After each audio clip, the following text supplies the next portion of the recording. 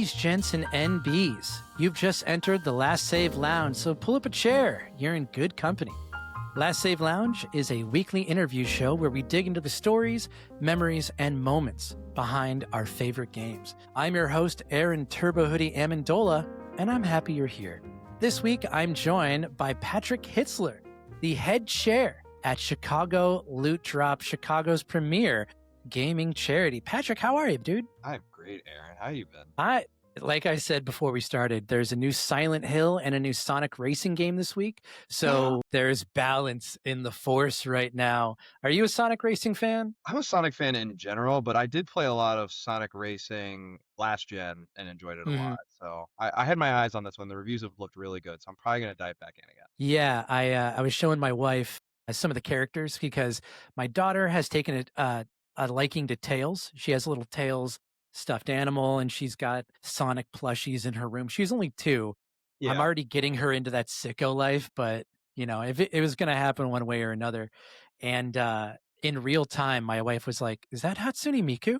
Like, oh yeah, this game is They got crazy. Mega Man and unconfirmed Mega Man. So, true, but if it happens, I'm gonna go crazy. Yeah, no, I mean, you have the Yakuza Like a Dragon representation coming in. You got Ichiban Kasuga. So pretty much when he gets released, that's the only character I'm going to race as. Are you playing anything fun and cool right now? You know, I wish I could say that I was actually enjoying some of the 3 games I'm kind of juggling right now, but like I'm waiting for them to get good. I'm playing Donkey Kong Bonanza, Stranding 2, and Hollow Knight. And I know they're all good. I'm just not, I'm like at that point, like kind of just still mid of all 3 where I'm like, I'm waiting for them to like push me over the edge. I don't think anything's going to be this year Clair Obscur for me though. That game was so special. I might go back and platinum that one if these don't pick up. I think Silent Hill might be that gap in between. It looks so good. I'm so excited for Silent Hill. I asked my wife years ago, I was like, if a new Silent Hill comes out, will you just be the strategy guide person so I can play and not be stressed? So this Friday, we have a date night just to start Silent Hill F, and I could not be more excited. You mentioned Death Stranding 2, and I had a similar problem. It's not going to sound like a problem. I played for 30 hours, and then I was like, it's not really going where I want it to go, so I put it down, and the moment I came back, I just flew through the next 50 hours. I finished it. I really enjoyed it, but I agree. There are some lulls that make me go, "Ooh, is this going to reach the highs of the first one?" And I think it does by the end. That's good. I had this debate with a friend of mine because I was like, I love this game Control and I love this game, but like I didn't finish Control, which I think is a better game, but Death Stranding I finished. So like which game was actually better? Like, I don't know. Like that's kind of how I felt about Death Stranding 1. I was like, I beat it and I don't really know how I felt, but I knew that moving on to the second game, like there's going to be a big payoff, and I trust that it's going to be there, but I'm a little anxious as I'm going through the first 10 hours. I'm like, oh, here we go again. No, I totally get it, because Death Stranding 1, which there's probably people listening saying, you can just call it Death Stranding, it's fine. Death Stranding 1, I felt like the way they doled out the upgrades to you felt so much better. Like, first you're on foot, and then you eventually get a bike, and then you eventually get an exoskeleton. And in Death Stranding 2, it's really just like, here's all the tools, play with all the toys. And I appreciate that. I think it's a better game, but I don't know. It just didn't hit the same until much later on. Mm-hmm. No, I totally understand that. Yeah, I felt the same way. I was like, I like the versatility, but that just means I'm not going to use all the other stuff. I'm not going to get creative with how I move around. Yeah. We could talk for hours, literal hours, about Hideo Kojima Productions and all the self-promotion that he puts into his own games. Until then, I'm going to give a little bit of self-promotion for this show. So, The Last Save Lounge is supported by Patreon at patreon.com/hoodieweather. What's hoodieweather? It's me.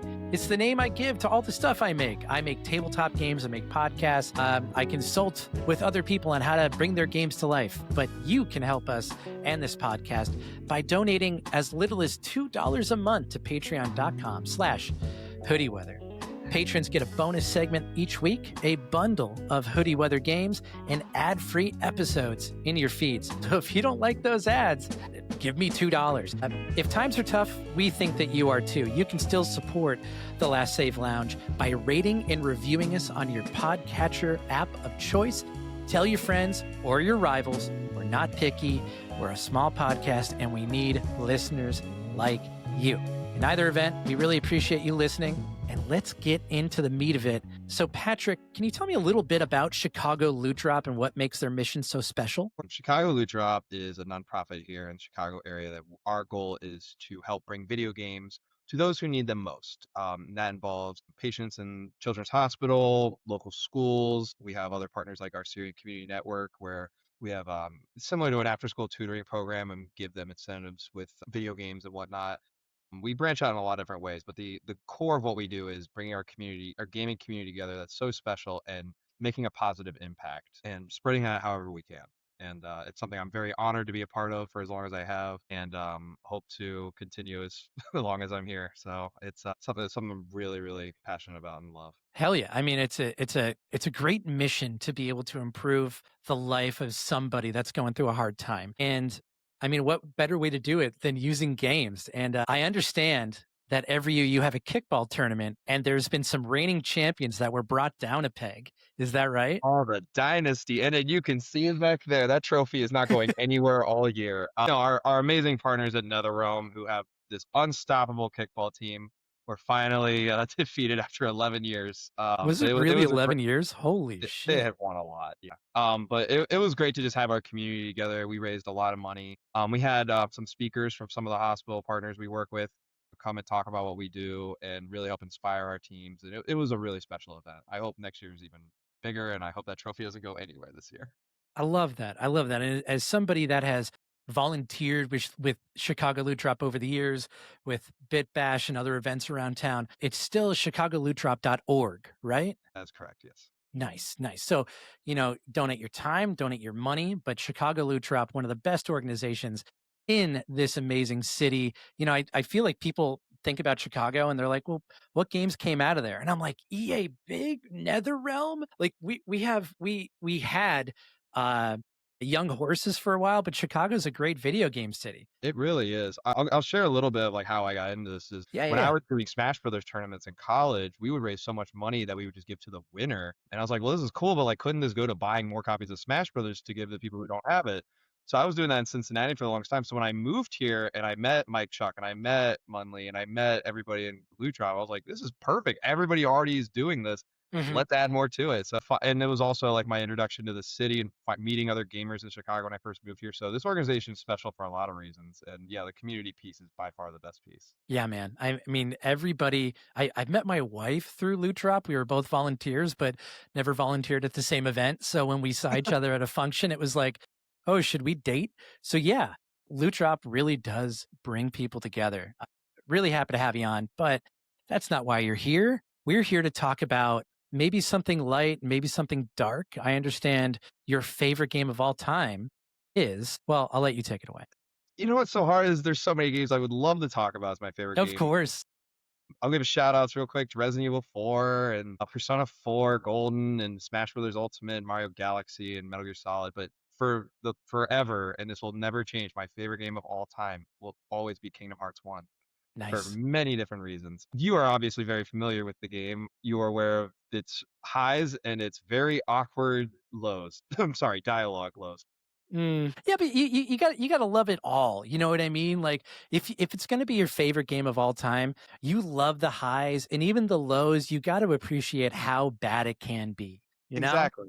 Oh, they're replaying it recently and like seeing some of the animation that's so good, and then it's just like a scene that wasn't given that much like TLC, and you're just like, what are you doing? But no, that game will always be my favorite game for a very simple reason. It has my hero in that game. I think Sora is such a simple character that embodies everything that I hope to be someday. When you play the games, you don't Sora is pretty much just like the template of we're exploring the world with him. He's very much like Harry in that way, where he's like, here's the wizarding world, and Harry's new to it, so he's kind of like not as complex as a character at first. Sora's kind of like that in the first game, but that's what makes him so special. Is he does what he does because all he cares about is just helping people and exploring what their problems are and how he can assist with that. And there's something really magical about that in this game and the way that his story plays out, the way that he spends all this effort finding his friends and helping these people he's never met before for no reason other than it's the right thing to do. And I think there's something absolutely magical about that we can all still kind of take note on and kind of put in our own lives of helping because it's what you're supposed to do and no other reason other than that. So I remember getting Kingdom Hearts as a kid. I remember I had a PS2. I had to give my PlayStation to my family in the Philippines when we were there, and my mom was like, "You know what? Let's get you a PS2. Any of the other games you kept, like, it's cool, but we're gonna get you that. And we're gonna get you Time Crisis 2." And I was like, "Nah." And my dad saw that. He's like, "There is no chance you are keeping this game. You have to We're return it." gonna I'm like, send you a disc with a gun, and you're "Pretty gonna much." have fun. Yeah. And he's like, you have to return this, but I'll buy you any game you want." And I remember getting ready to go to the store, and I saw a commercial for Kingdom Hearts on TV, and I got there as a shiny case. I actually still have my The original copy original? right Nice. here, holographic cover and everything. And, what's funny though is I didn't have a memory card, so every time I wanted to play this game, I had to restart from the beginning. And in the That PS2 that one, you could not skip cutscenes. that was me with Final Fantasy VII. I played the first disc of Final Fantasy VII through all the Yep. way through because my sister's boyfriend at the time was like, "Yeah, sure, you can have my PlayStation and Final Fantasy VII," but that bastard never gave me a memory card. No. And I was like, "Well, what else am I gonna do? I'm like a broke little kid. I'm not gonna spend 40 bucks at a Circuit City back when those were still around to get a memory card." Oh my god. So wait, how far could you get sans memory card in Kingdom Hearts? So that's where I got in a little trouble. There were weekends where I'm like, all right, I'm gonna leave the PS2 on when I go to bed. I'm gonna wake up and I'm gonna try to get through it. And I got to the final world, and my PS2 was making noise. And my mom's like, I gotta turn this off. It's gonna catch on fire. And I'm like, the hell you are? Like, I am so close. All right, I'm gonna take a nap and I'm gonna come back and finish the game. I took a nap. My mom turned it off, and I like Ugh. threw a fit. She's like, I'll just buy you the memory card. So like, so I had to beat the game all over again. But it was a tough. I had to watch that. I had to do that opening. Uh, I can't count how many I times. mean, that's the best part. I think my introduction into J-pop and K-pop was Utada Hikaru. I think it was just simple and clean on repeat, the Planet B remix over and over and over again. And some of that music, I think we used that music in my wedding. I think we did what's the piano at the start? It plays on the menu. Dearly beloved. Yeah, yeah. I'm pretty sure we used that for like guests walking into my wedding. Like the start of that game is just 10 out of 10 across the board. It is super special. To get into the game a little more, to more about the game specifically, the one thing I like about this game more than any of the other ones, it is more of an RPG than the other ones. Maybe outside of Chain of Memories, which is like as RPG as it gets. And I like Kingdom Hearts 2. I like Birth by Sleep and all those other games, but I feel like they kind of turn to action games where this is like the purest RPG. Because Mhm. like trying to build magic builds in Kingdom Hearts 2 is impossible. Like you can't do it, and none of the enemies take any damage, and it's built to just hack and slash. And I felt Well, like you have the strongest mage of all time in your party anyway. Donald true will just cast Zeta Zeta Flare Flare. and you'll be done. I like how customizable the first game was. I liked how hard it was Mm, in a different way, because Kingdom Hearts 2 can be hard, and all the other newer ones can. But Kingdom Hearts 1 felt like old school hard. Some of the older, you were talking about the NES earlier, and like some of those old school, like just white knuckle Ninja Gaiden, Mega Man, Castlevania, even Mario Brothers. I went back and played first Mario Brothers not so long ago. The game's hard near the end. it's unforgiving. Yeah. Yeah, I missed that, and I felt like the first game had that, where 2 was more of, like, busy action Bayonetta-esque kind of, and I like that there's a difference, but I definitely prefer the first one. And I love that the first game's story is so simple and so Hmm. powerful at the same time. It's amazing how many people, so I'm a big into fighting games, and I connect with people through a lot of different games, fighting games, some shooters.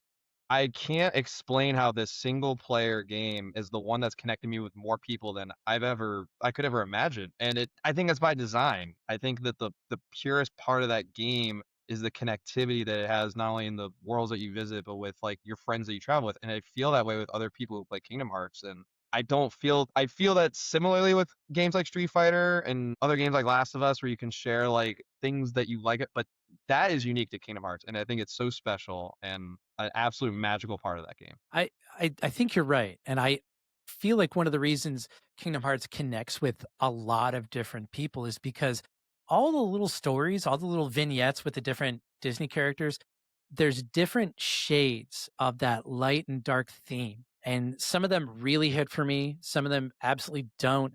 But I think in Kingdom Hearts 2, in Kingdom Hearts 2, you end up uh, doing Winnie the Pooh storybook. And I remember, I was a sophomore in college, and for whatever reason, that got me really choked up. Like, helping him restore his storybook and bringing normalcy back to Winnie the Pooh's life. And meanwhile, the Tron world, I was like, oh, this is fun. This doesn't do anything for me, narratively or emotionally, but I love it. But everyone attaches themselves to different parts of that game and different characters too. No, for sure. The way one piece of Sora that like is always connected to me the most is his willingness to do whatever it takes for his friends. Even the ending of the first game, spoiler alert, I think it's I think we're fine. you never know. You never know. He saves one of his friends and he has to still find the other one. Hmm. Like he knows that he has to sacrifice what he needs to sacrifice in order to complete what he wants, and it's heart wrenching. But like that's true sacrifice and love for your friends, and I love that it's not a happy ending. Like Hmm. it's kind of Job's not sad. done.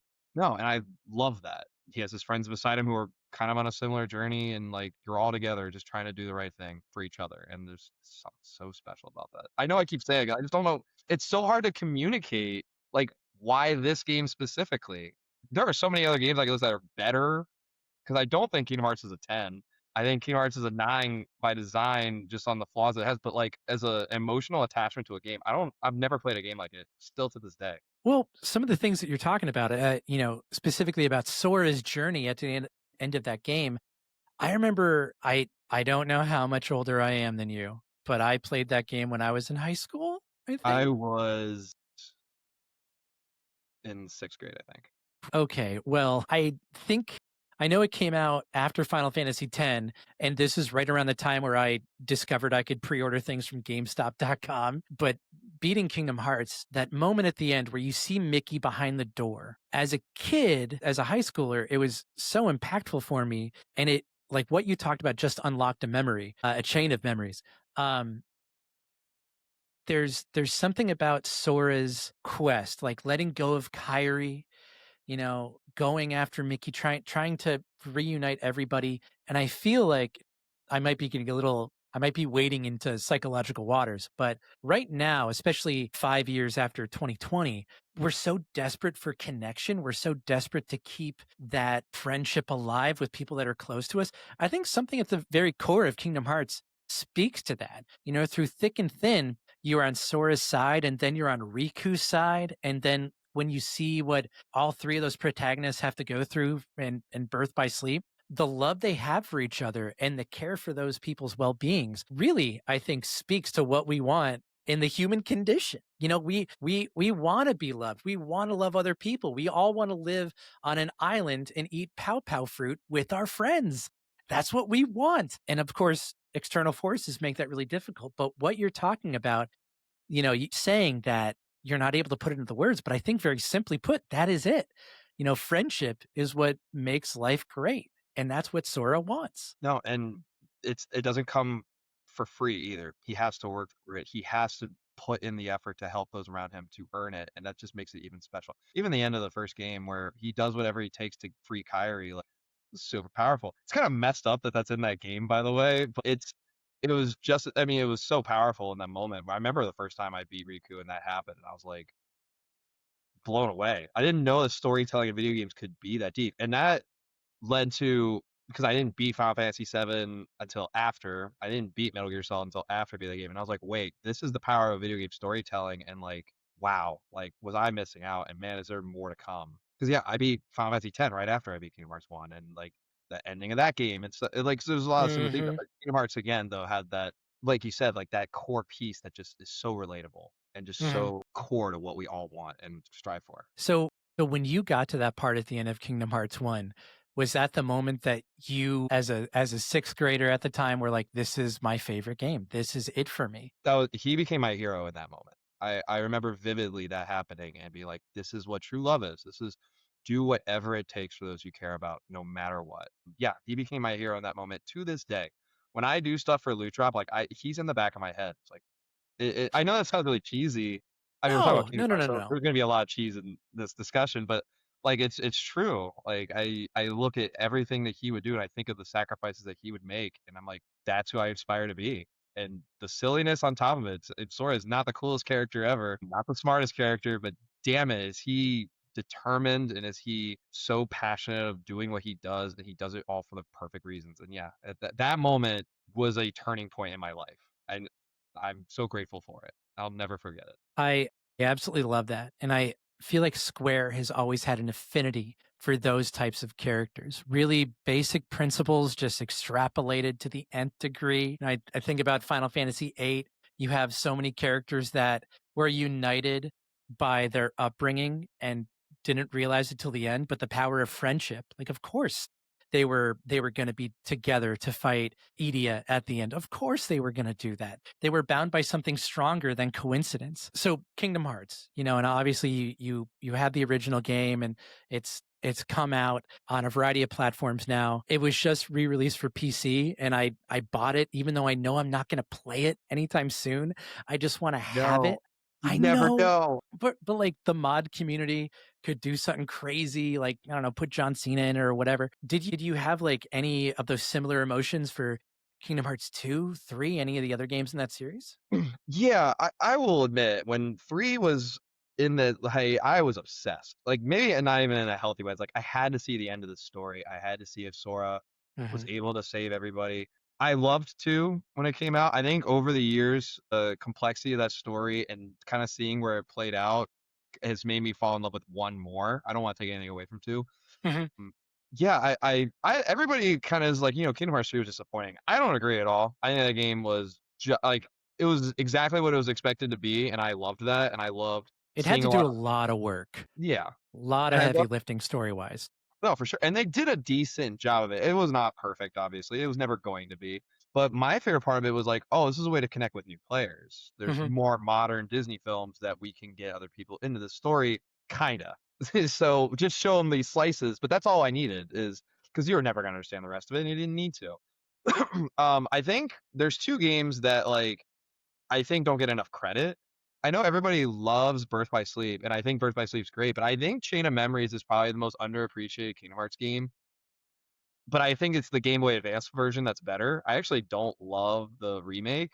I think the They Game Boy. remade it for mobile, right? No, they remade it for PS3, PS4, and the Oh, 5. it's in that compilation. Yeah. Yeah, and I think in a 3D space, that game doesn't work as well as on a GBA, like, 2D plane. But I think that game is on like, it doesn't need to be as deep as it is, and it is so good, and it's just, like, once you figure out the mechanics of the game, like, you can get really deep into how, fun that game can be. Mhm. And then, a game that we don't talk about is the last Kingdom Hearts game to come out, Melody and Memory, is, like, a super But the audio underrated one, the Rock Band like one, yeah. game of celebrating a series that has some of the best music you can ever find in video games. I think those 2 games are super underappreciated, but the whole series I love. I just think that the first game's simplicity is to its benefit, and while I did go obsessive into, like, the lore of Kingdom Hearts, and yeah, I remember everything about every character and where they came from and how insane some of these ideas were, and I was in love with it, but after 3 came out, I think I looked back and I was like, "Wait, this is special," but 1 just got better in my eyes over time because of that. I mean, it's so simple, and I think out of all the games, Kingdom Hearts 2 is the one that leaves the most indelible memory. I had 3 classes that I could miss out of all my courses in college, and when Kingdom Hearts 2 came out, I was like, "Well, I'm gonna take one of my misses for a full week," and I just played through all of Kingdom Hearts 2 in my dorm, and it was amazing. There are moments No, in no, that. go for it. No, no, sorry. There are moments in that game that are equally unforgettable as in Kingdom Hearts 1. I think teaming up with Riku in that last world is, like, unbelievable, and that limit break that they have is really cool. I like how, there's a couple worlds in that game that are, like I love that you have to go back. I think actually one of my favorite, Mhm. most underrated moments in Kingdom Hearts 2 is just a simple thing. You get to Hercules' world after, you get out of the underworld, you see him, he's like, "Oh, yeah, I remember you," and you do this, like, bro high five, like, super cheesy, but it's like, I love that stuff. I love Aladdin running past me, be like, "Oh, hey, what's up? By the way, I'm stealing something. I'll run into you later." Like, there's something so special about that, and so, like, comfortable of like, Mhm. "Oh, yeah, these characters do know each other." It's not a whole, "My memory is wiped" kinda thing, and no, like, I just Well, love and that. you didn't get a lot of that in games back then. Like, it No, wasn't it was like that, and then Mass Effect a few years later, you could really track the relationships, but you're totally right. When you go back to Beast Castle and you're like, "Wait, I thought we fixed everything here. Why is it all messed up again?" And, like, needing to do the Mushu. Heartless and the Nobodies. Yes, yes, So yes. he's not even in the original. He's a summon, but he remembers that he helped you. So when you meet Mulan, he's like introduce you. Like, how cool is that? So Kingdom Hearts 1, I'm curious because that game came out, I think the year 2000. That's it's a very crazy time for PS1, PS2 RPGs. I mean, to me, it's the golden era. You have your Valkyrie profiles, you have Vagrant Story, you have Final Fantasy 7, 8, 9, 10. Like, they were absolutely on fire. Were there any games that Kingdom Hearts like allowed you to get into since you had knocked that one off? So I had liked Final Fantasy. Like I had played 7, I had played 9. I bought 10 after Kingdom Hearts 2 or Kingdom Hearts 1 because I was so obsessed and wanted more Square. The game that introduced me to later, I think I was just kind of like in on the PS2 as a whole. But when it comes to like RPGs, there were some that I didn't get to play that I had to like emulate on my PC because I wanted to know more Final Fantasy lore, in particular Final Fantasy 6. Oh, So indirectly, like Hearts got me to like emulate that in high school and college, and man, was I missing out. I'm trying to think of other Square games. I think what was it Xenoblade or Xenogears on PS1. uh-huh. I had a friend who said that because he liked Square, but he didn't like Kingdom Hearts. And he was like, "Oh, well, I like these RPGs." I'm like, "Okay, that." I think Brave Fencer Musashi was one that he was also Yeah, recommended. dude. That was a good game. My best friend growing up was the one who liked RPGs, and he didn't like Kingdom Hearts, and he was just like, "Oh, I like Legend of the Gaia. I like." He was big Legend into of Dragoon. yeah. And that really got me into turn-based RPGs more than action, because at the time I was like so into platformers, and while Kingdom Hearts is not a good platformer, it is not a great RPG. It kind of dove me into more older RPGs, and the one that stands out the most was Final Fantasy 7 and Final Fantasy 6. Even though I had played 7, I had to beat 7 after beating Kingdom Hearts. And the only other game I can think of that has an emotional connection to me, similar to like it's probably Final Fantasy 7, another Mhm. Square game. So yeah, that's kind of what opened up a whole avenue of JRPGs to me, even though Kingdom Hearts is not a JRPG. Well, and a lot of those games rhyme. A lot of I think a lot of the turmoil that characters experience in Kingdom Hearts, I think a lot of those people in 7 go through similar things, losing incredibly strong friendships, trying to battle against insurmountable odds. And hey, that kind of sounds like what a lot of people are going through right now. So I think it's a absolutely hell of a pick. Before we end this episode, I gotta ask, because I remember Kingdom Hearts 3 ended, and they always do the deep dive trailers. And I think the first YouTube video, I'm really dating myself, was watching over and over the deep dive trailer of was it Roxas Riku right? and organization. Oh my god, like my brain couldn't handle it. I think back then I was just like, this is what video games, so I can't do this. But Kingdom Hearts 4, I mean, obviously Nomura has been working on it, and we're seeing maybe like live action Shibuya and like The World Ends With You tie-ins. If there was one world from Square or Disney, what would you want to see Sora, Riku, Kairi, and the gang go into? Can I split that into two answers? An animated one, Please, of and a course. live action one. Oh my gosh, I think animated. I mean, Zootopia is just built for a game like Kingdom Hearts. Judy Hopps and Sora just run around. Like a detective story would be so cool for that. Like, there's so many jokes you can make with that. Like Donald and Goofy don't change, and everybody's kind of confused. Like, what are they? Like, there's so many avenues of that. I also just think that movie's excellent. So like, you can get It's really killer. Yeah, live action. There is without a doubt. If there is a Star Wars world in that game, like it would be like I can't imagine just the amount of energy and hype for that game if there was a Star Wars. Well, and then the question becomes, do you do original trilogy, sequel trilogy, new trilogy? I would love to just go through all of them. Just do one episode from each one, because I want to see Rey. I want to see Jar Jar, just to see Chuds online get upset. I want to see Leia. You could do like a thing where it's like the universe is split. There's so many like parallel. You can just universe jump or time skip into certain eras, so you can kind of explore all of them. I mean, if you had to pick one, I would prefer the original trilogy, but I think there's more versatility in the prequels that you can do in the Clone Wars era, because I think there's like most of the original stories of like happening in the there's so many avenues you can go in. It's the perfect mesh. And there's no reason they can't do it. They own all licenses. Like, speaking of Kingdom Hearts 2, when we were doing Pirates of the Caribbean on that show, I'm like, how is this even possible? Like, and those models look good.